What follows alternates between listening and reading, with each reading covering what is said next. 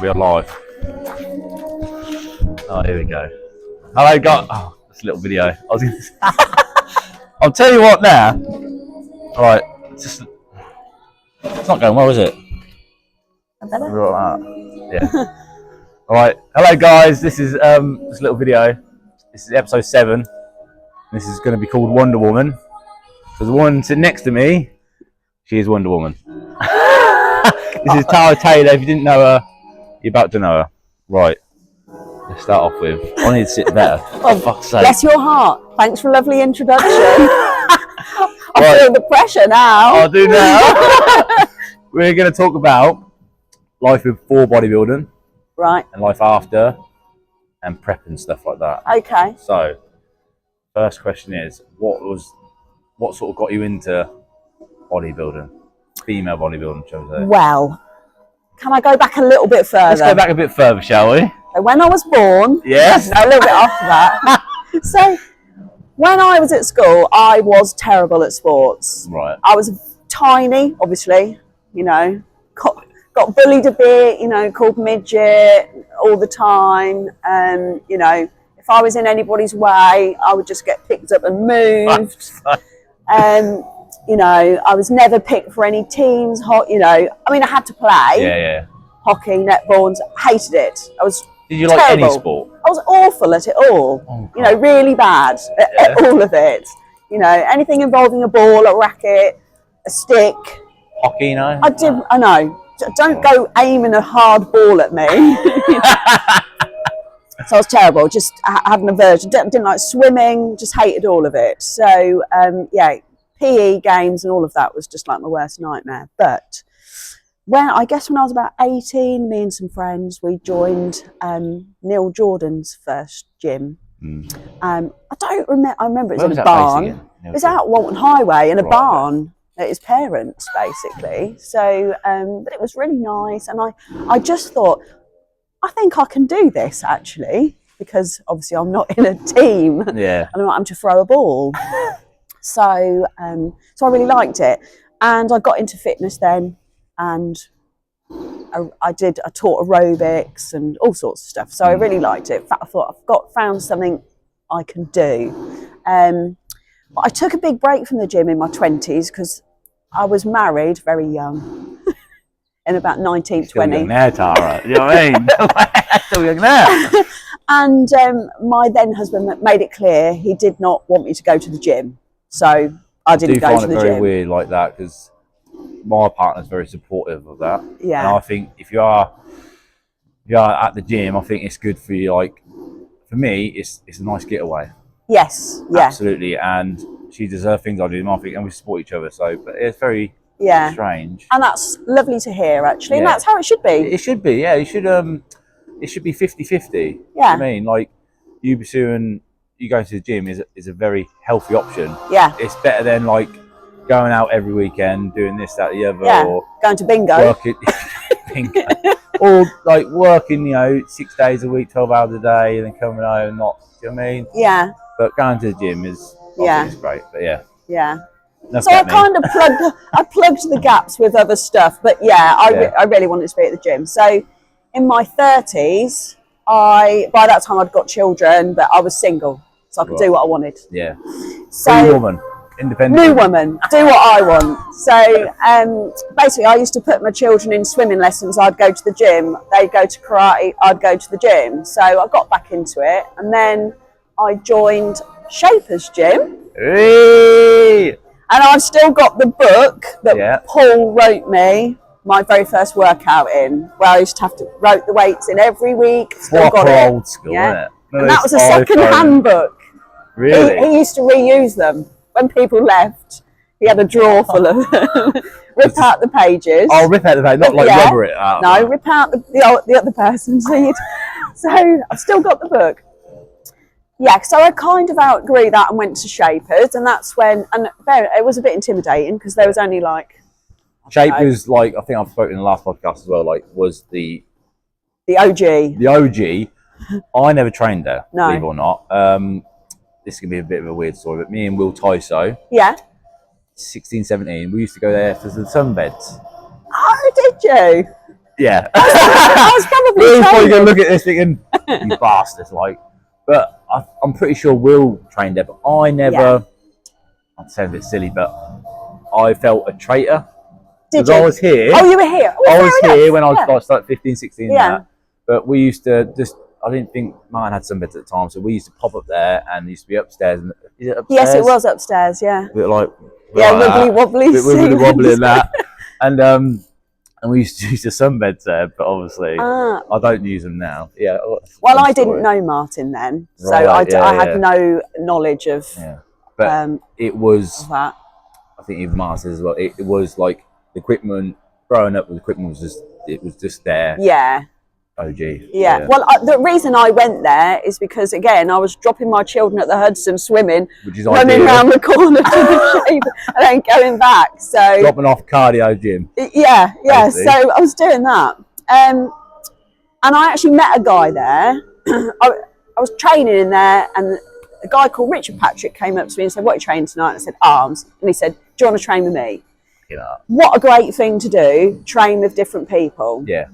So we'd occasionally train together, and off the off chance you like. Yeah, just if he was there, I was there. What you training? Oh, let's do it. You know. Really good. So, and we became quite good friends. So a few years later, I moved to Stamford, and so I had to leave Shapers. Yeah.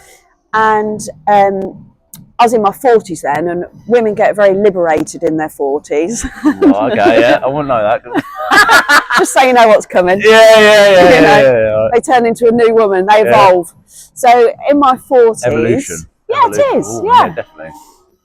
In my 40s, every year I decided I was going to learn something new. So I learned how to ski, and I learned how to ride a horse. Where did you go to learn skiing though, in this sort of... I went to Milton Keynes Snowdome. I knew you were going to say that. I've never been before. Haven't you? Never skied. So that's, maybe I need to do that. It's never too late to learn. Never too late. Yeah. I took the children there for lessons, and then I went like a crash course, and we went skiing a few times in Austria. It was good. Yeah. Austria as well? Yeah. Oh, I didn't know that. Yeah. So I did that, learned how to ride a horse, went on horse riding holidays in Arizona and Spain and stuff like that. I've got a fear of horses, I think. That's I'll tell you there it right. Founded. Probably told you ages ago, but where I live, we have a lot of horses. People are going to laugh at this now. Go on. They're going to tell the story. My missus will be like, God's sake, here we go again. But we have a lot of horses come down past our house. Yeah. And one day, we were doing a yard sale, and they've come past. And every time I meet a horse, it always fucking nips me. Does it really? On my nipple. No way. I'll stand there like that, stroking it, and it'll be like, boom. Twice that's happened to me now. I'm not going near a horse. You must have a very attractive nipples. That's all I can say. And my missus is probably thinking, oh, what did you tell that story for? But yeah, that is honestly, and you know, you're just stroking them that, and they're like, yeah, great, yeah. And just latches onto you. Not bite you, but they sort of just smell. They have got gnashers. Anyway, that's that story. Jeez, I can't believe I just told that. I really can't. Oh well. Yeah. Well, so yeah, learned to ski, learned how to ride a horse, and then one year I thought, I think I'm going to do a bodybuilding show for no reason whatsoever. So you're in your I was 42. Right. Okay. 42. And so I messaged my friend, Rich Patrick, who I'd met at Shapers, and said, I'm going to do a show. Will you help me? And then he basically drove to my house, wrote me a diet plan on a piece of paper about that big. Again, yeah. And he said, just eat that for 2 months, carry on training. So that's what I did. Oh, so you're just in a diet plan, not actually the training split, because you just knew what you were doing. Well, knew what I was doing. I think that might be stretching it. Did any like female bodybuilders inspire you, or did you just wake up one day thinking, right, I love going to the gym. Right. I think I could be good at this. Have you heard of Jodie Marsh? Yes, I have. Okay. Yeah. Now, why have you heard of Jodie Marsh? Right, yeah. She's famous for 2 things, well, 3 things she now, did really. A show, didn't she? She did do a show. And then she was a model. Was page 3 model. Page 3 model, that. Yeah. Right, okay, yeah, it's all clicking together. Right, okay. So around about that time, there was a documentary about Jodie Marsh, who'd gone from page 3 model to bodybuilder. Oh, now I've got him. Yes, I do. And I watched that and thought, wow, just the change in her physique. Sort of thing. Yeah. and that was one of the triggers. And I thought, oh yeah, and also because I was that person who did not want to be in a bikini ever, where anyone could see me. You know, if I was on holiday, there was a sarong, and I would back up to the pool, 40 degrees, practically immerse myself, and then take the sarong off. Right. So I thought, it gave you confidence then. Well, I just thought, well, there's one way of getting over that. If you're going to be on the stage in a bikini, you're going to have to get over yourself, aren't you? Absolutely, yeah. So that was a few little factors in there, I think. Yeah. So yeah, Rich helped me. I mean, no, I didn't have a prep coach. I didn't have a coach. I just carried on training. The basics, tools, like fundamentals, like sort of help you along. Yeah, I just carried on training at the gym that I was then at Stamford, doing whatever I was doing. Yeah. Muddling through. How many shows you done? Well, how many shows did you do back then? So I'll just, full disclaimer, I am not a bodybuilder in my mind. Yeah. So I did one season because I just wanted to see if I could. Right. You know, so in a short period of time as well, I've heard. Yeah, so we started prep in January. Yeah. I did my first show in May. So I went to which I can't remember which order. I did the Nabber Midlands first, right, which was not the show we were going to do, but Rich had seen me on the Thursday and he just said, I think we'll go and do a show on Sunday. Right, so, okay. We'd just done... Orders are there, boom, done. Yeah, we'd just done a couple of weeks of carb cycling and it's done something, so... Carb cycling is very weird, isn't it? Very effective, yeah. Yes, very effective. Like, I've recently come off that now. Oh, okay. Yeah, so in my sort of strongman career, whatever you want to call it, I ate what I want, trained very hard, and basically that was it. Yeah. Bigger you are, bigger lift, whatever. But in bodybuilding, like carb cycling, since I've been into the bodybuilding scene, I've learned so much about nutrition, values and stuff like that. Beforehand, it was just pasties, Ben and Jerry's, pizzas, whatever. Was it really? Yes. Was it? Yeah. I'm shocked. I'm going to tell this story 1,000 times, right? But I don't know how I've done it. Yeah. But I think at the time, my mindset was like, I want to be the biggest, the best I could possibly be. Yeah. I want to do whatever it takes to be there. So what works for me, my bodybuilding, strongman career, was basically I could, for my size, I'm 22 stone, 23 stone at my biggest, right? But I didn't look 25 stone. So that's pretty good. But the calorie, I don't know how many calories I was on, but I remember 1 week, which I can sort of remember. The Monday for dinner, I'll have a probably 16-inch pizza. Right? No, this really, is, after being work all day, I used to work in a bakery as well. Probably ate food cakes back then, and a few baguettes, whatever, during the day. Cake shop, bakery, you know. And I'll have a 16-inch pizza from Morrison's, to say, like sweet chili one. Thin and crispy one, actually. Yeah. And then I'll have 2 baguettes of garlic bread. Yeah. A whole tub of Ben and Jerry's. Right. 500 ml to yourself. Yeah, to myself, just boom. Right. I used that 3 times a week, and plus I used to wake up in the morning and have about 12 Weetabix. Oh my good God. You know what I mean? But that's what it takes. That's what it took me to get the size. To get the size, the power, because you only have to be conditioned for a minute. Yeah, yeah. If that makes sense. Yeah. So, but I know guys who are smaller than me who was really, really good, like moving events. So later in my career, I started losing a bit of weight to get better at that. Yeah, okay. My strongest parts was obviously, I think, log press, and I did really like stone run. Really, really good. Against someone else as well, drives you, but yeah. So did you feel better when you were bigger? Yeah. Right. No. Looking back now, behind, say, closed doors in my sort of private life sort of thing, or sort of, you know what I mean? Yeah. It was like I had a scary moment. So I haven't really told a lot of people this, but I walked up the stairs and to get out of breath. And that's when I knew, right, this is not good. You've got to listen to your body as well. Yeah. But I wasn't really doing a lot of cardio because I only need to be conditioned for a minute. So I was lifting heavier weight, but like I was doing 5 sets of 5. Yeah.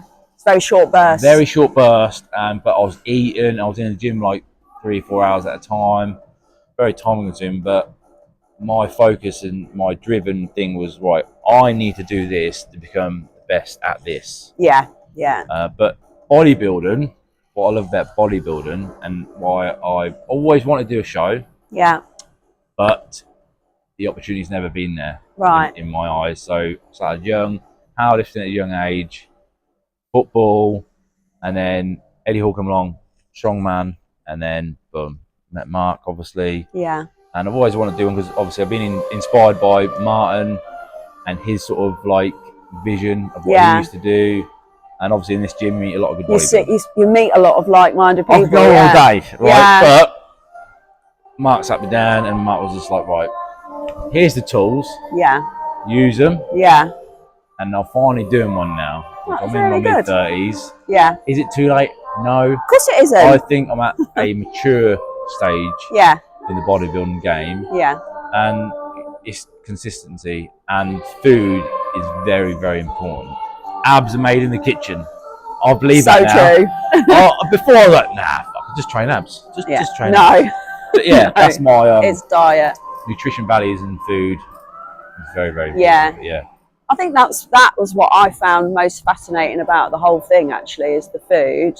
You look at food differently, don't you?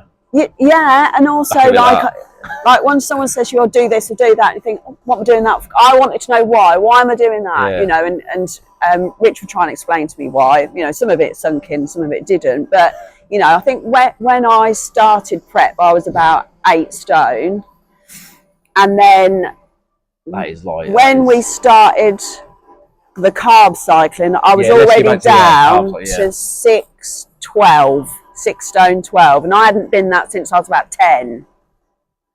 And I thought, I don't know how any more is going to come off, you know. So what would you in the pictures then, what I've seen? Then I was 6 stone 6. So on stage, I was 41 kilos, 6 stone 6. You didn't look, I thought you looked, I know. I thought you looked bigger. Really, no. Not in a good way though. No. But I was scrawny as anything. That is mind-blowing. So when we started this carb cycle, and I was already 6'12", and Rich said, well, let's try a couple of weeks of carb cycling, and then I got to 6'8". Yeah. He said, let's go do a show on Sunday, right? So that was on the Thursday. We went and did the show so I did the NABBA Midlands, and we came 3rd. Yeah. Then the following week, I did the show that we should have done, which was MPA Yorkshire, and on that day I was 6 stone 6. So like more would come off. Like mentally, like. Do you know what I was having? 1 egg for breakfast. 1 egg. Good for cholesterol. 100 grams of chicken, 4 times a day. Any sauce? With broccoli, and the tiniest bit of rice you can imagine. So yeah, it was boring. And then the day after the MPA Yorkshire, I got 4th. We went to the NABBA Novice in Great Yarmouth, and I won that. And then a couple of weeks later, we went to the NABBA Britain Finals in near Liverpool, Southport. Yeah. There was 28 girls there, so I knew I wasn't going to come anywhere. But it was a great experience. Yeah, it was a great experience. So you know, the whole thing for me was just about, I want to see if I can do it, and I did. So I ticked the box. Yeah. Done that. On to the next adventure. No. No. So I thought, I'm not doing it anymore. No. I've done it. You know. You've ticked it off, haven't you? Yeah. That's absolutely incredible. So then, after your bodybuilding shows. Yeah. What did you get into after? Well. So we talked about it before, and then we talked about it a bit after. Yeah. Like sort of. Well, I think you smashed all your shows, and then boom. Yeah. Well, actually, it led to a career change for me, because some people in the gym that I was at started saying, oh, will you train me? And I wasn't. I was a regional director for a bank.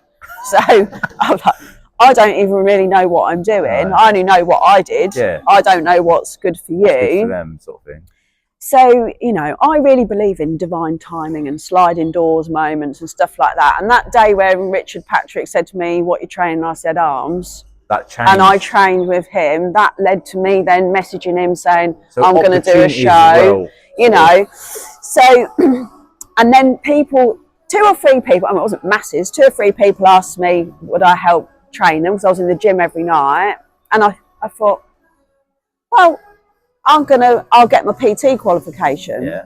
before I do anything. I'm not helping people if I'm not. So I did my PT qualification, and then I started training people before work, after work, stuff like that. And then it was literally a year after the bodybuilding shows, I offered redundancy from the bank and thought, fuck it, I'll take it. Yeah. I'm going all in fitness. Yeah.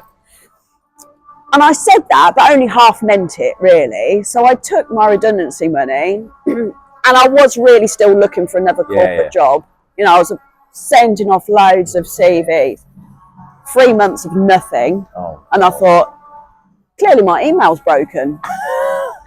Why is no other, you know, getting back to me, sort of thing. No corporate institution is wanting me.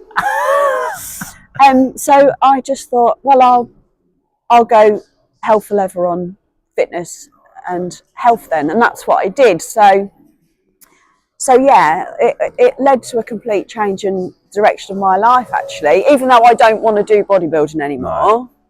As it is, I absolutely admire everyone who does it, who makes it a lifestyle, but it is a lifestyle, isn't it? Do you think that's a big factor in it, like a lifestyle? It's not like, totally. Oh, we're going to do a show. You've got to change. Basically, your life becomes consumed by certain factors, and you've got to do these certain steps to become the person on stage you want to be. Yeah, and it is just for one day. Yeah, or, for one day. You know, a few days. But I mean, I was doing my cardio at 5 o'clock in the morning. I had 2 young children. I'd get them ready for school, drop them at breakfast club at 7:30. Then I'd go straight to the gym. Then I'd do a training session in the morning. Then I'd catch the train to London. Then I'd do a day's work in London. Then I'd come back, get them from after school club, 6 o'clock, take them home, feed them, sort them out. Then go back to the gym. I was training twice a day, back to the gym. Then I'd come home, do the food prep. It's so boring. It's so boring. It sounds so boring, but very rewarding. But it's fascinating at the same time. Your mind can be like a very powerful tool. Yeah. And achieving stuff in life as well. Yeah.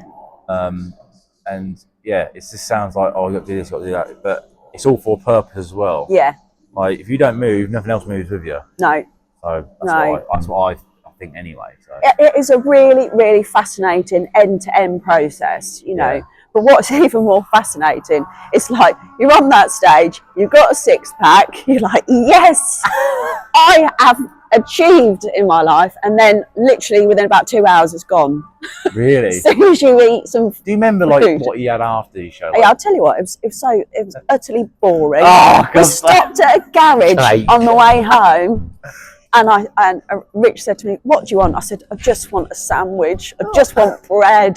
So I had like I think it was bacon, just off the garage, out of the fridge, and some chocolate. I said, "I need some chocolate." But actually, that is the really good thing about show day, is you get to eat chocolate backstage and drink wine. I think I was a little bit tipsy most of the time. Thank God you said wine, because I've got a guy coming on here. Can't mention his name at the minute. Right. But he was a Shapers boy. Yeah. I'm trying to give him clues. I don't want to give it away because it's going to be a really good episode. Yeah.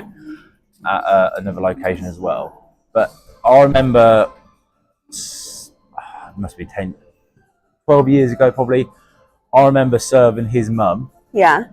In Morrison's. I was actually on a till as well. And she bought 2 bottles of white wine. Yeah. And I remember asking her, I think her name is Sue. Yeah. And I remember, what's that for? How's your son getting on? Yeah. And she was like, oh yeah, it's for him to have, is it the night before? Yeah, you can have some the night before. Makes you more dehydrated. Yes. Yeah. And then, I think she said something about before stage, or probably after, or in between. Yes, right. Okay. Yeah. So it does work then. Yeah, it does work. I remember being at the NABA Novice in Great Yarmouth. It was practically a party backstage. Really? People were passing around little whiskey, Mars bars, jars of jam, chocolate. Oh, it was so good. Yeah. Oh, I can't wait. It was so good. Yeah, it was the highlight of the day. Did you So what did your So after your shows and stuff, etc. Yeah. Did you have any sort of I don't know, fire in your belly to get back on stage, or was that your last show? When you done your last show, did your mindset your mind was like, right, I'm done? Or Well, a lot of people when you've just finished shows go, which one you're doing next year and things like that. I'm like, I'll have a little think about it. The only show that I did after that was Ironworks show. Yes, yes, yes.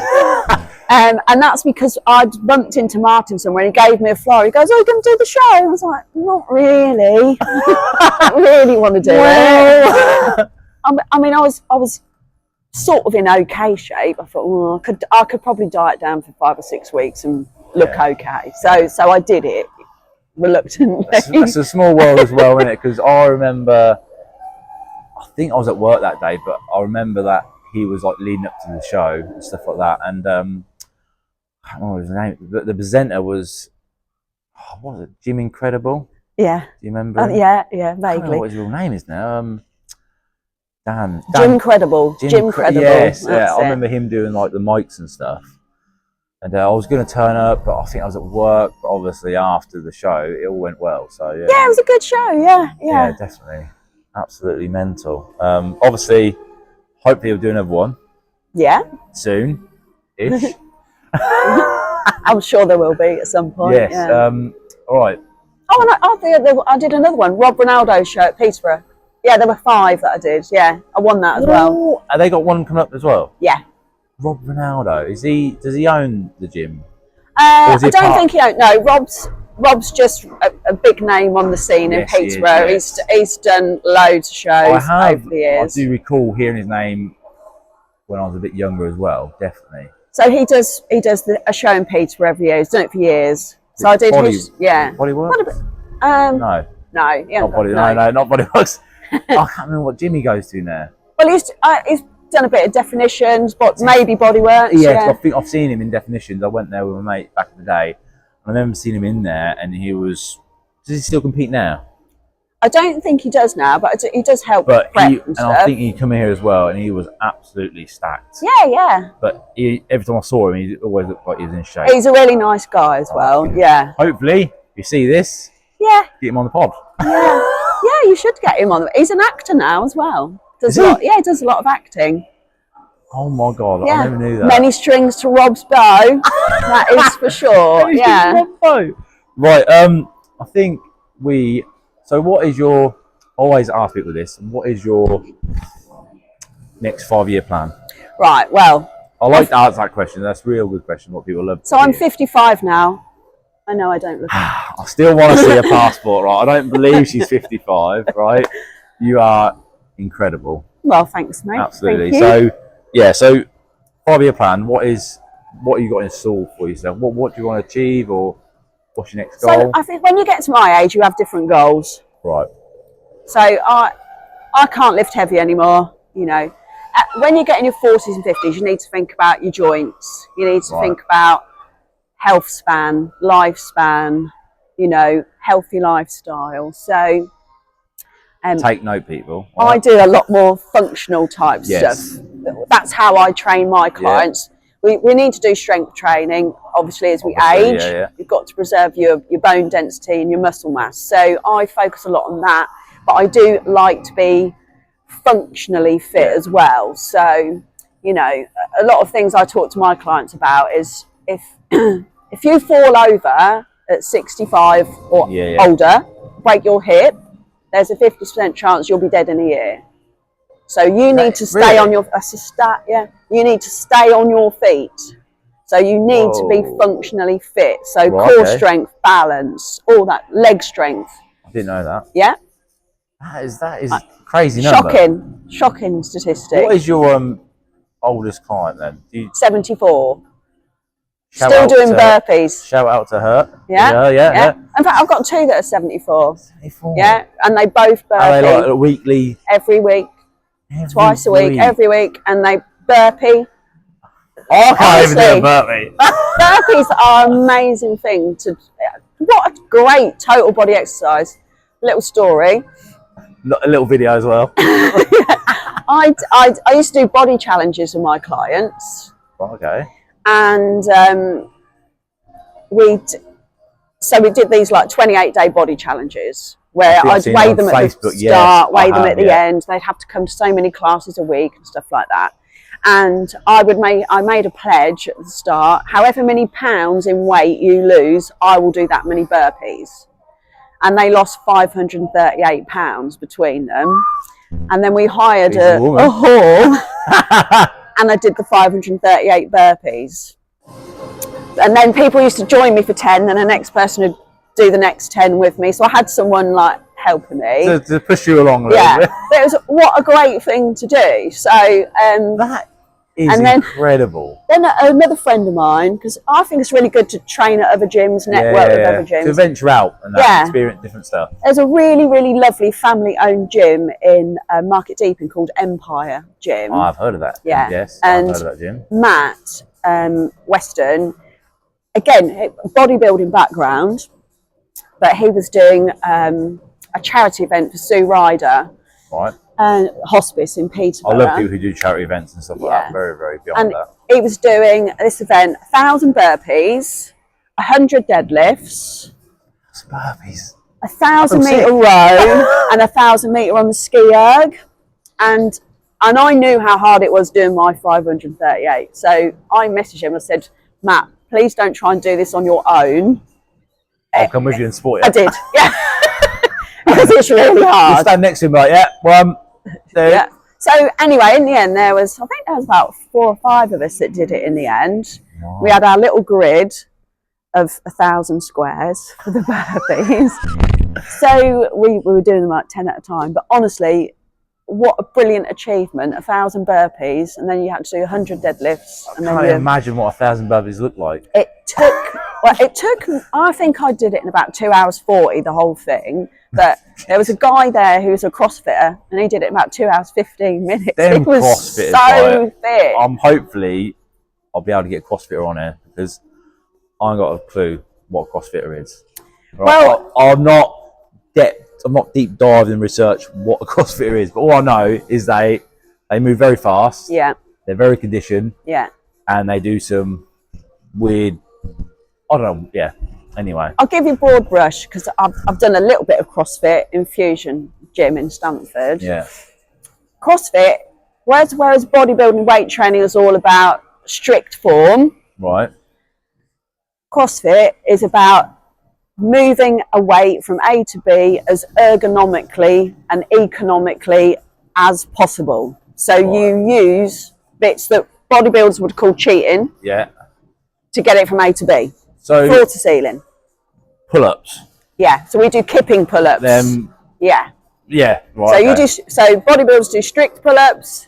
CrossFitters do kipping pull-ups, where you basically swing. Right. Okay. Yeah. It's really bloody hard though. I've never managed to do one. What about muscle work? Would that same thing? Same thing. Yeah. Well? Yeah. Right, okay, yeah. Kipping is a technique, so you can do kipping, handstand push-ups, where you use a bit. I'm learning something new every day. So there's an excellent book called AMRAP Mentality, and AMRAP means as many reps as possible, which is a CrossFit. And I use that technique in a lot of my training with clients. So we'll do 1 minute of this, 1 minute of that, and you do as many reps as possible in a minute. Yeah. I love CrossFit, but when you've got dodgy rotator cuffs, which I have heard you have got, hauling a weight from floor to ceiling over your head, it just has that occurred? Mucks it up. Like over the years, or did you do something, didn't warm up, or how did that come about? Do you know how I was holding both your shoulders? Both there. I was holding some pads in a boxing class for a guy. Oh, go on. And we were going around in a circuit, so you had to go and punch this person's pads, then punch that, around the circuit.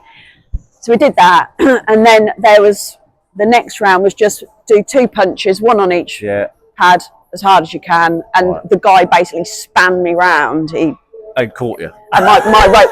It just went back like that, and it's never been. So that's probably. But you work around it. Yeah. You just have to crack on, don't you? Yeah. You can't ever stop. No. You've got to keep going. You never stop. No, you don't stop. So, in answer to your question, because I'm rambling, is my goals Yeah. Next year I want to do a High Rocks, which is CrossFit inspired, but a much more narrowed down version. Have you been to Total Training Club? No. House gym. So I think that gym, I think I spoke in the last podcast, like hopefully I'll have him on here, explain bits and bobs about the business, but I think that gym is specifically for that. Is it High Rocks affiliated, you mean? I'm pretty sure, because he's into that. He's not really into bodybuilding, what I've seen, but all his class and that are High Rocks, which I'm quite interested in. Yeah. Get to know a bit better, but yeah, some of the events, what they do around the world as well. I think amazing! Yeah. One in America, one in Florida. They do them all over the world. I think he's just got bigger. Yeah. But that's a certain audience, isn't it? Like, you know, it's super impressive. So you want to do one of them? Though, I want to do one of them next year because here we go.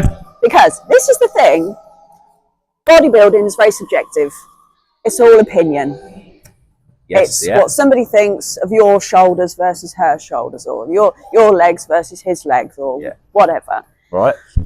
You can't legislate for who turns up on the day to compete with you. You can only bring what you can bring to the stage. Right. So you're only ever competing with yourself, in my mind. That's how I dealt with it. I've just got to be better than I was yesterday. If you adopt that attitude in bodybuilding, you'll be cool, right? Right. Okay. Yeah.